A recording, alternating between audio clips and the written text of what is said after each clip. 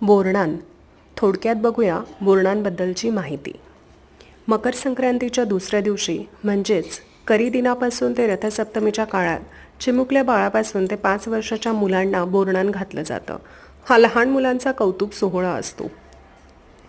हा एक शिशु संस्कार आहे.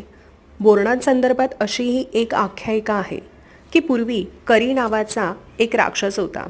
त्या करी राक्षसाची वाईट दृष्टी आणि वाईट विचार मुलांवर पडू नये यासाठी सर्वात आधी हे कृष्णावर केलं गेलं आणि त्यानंतर ही प्रथा पडली आणि तेव्हापासूनच बोरनान घातलं जाऊ लागलं. तसेच शास्त्राप्रमाणे बघितलं तर या कालावधीत वातावरणात अनेक बदल देखील होत असतात. लहान मुलांना या बदलत्या ऋतूची बाधा होऊ नये म्हणून त्यांना बोरनान घातलं जातं.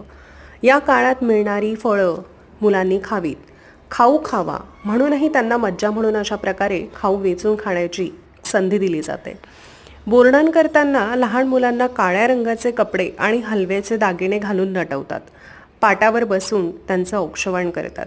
मग बाळाच्या डोक्यावरून मुरमुरे, बताशे, तिळाच्या रेवड्या, बिस्किट्स, गोळ्या, बोर, उसाचे तुकडे, गाजर, वाटाणा असे सगळे पदार्थ एकत्र करून टाकले जातात.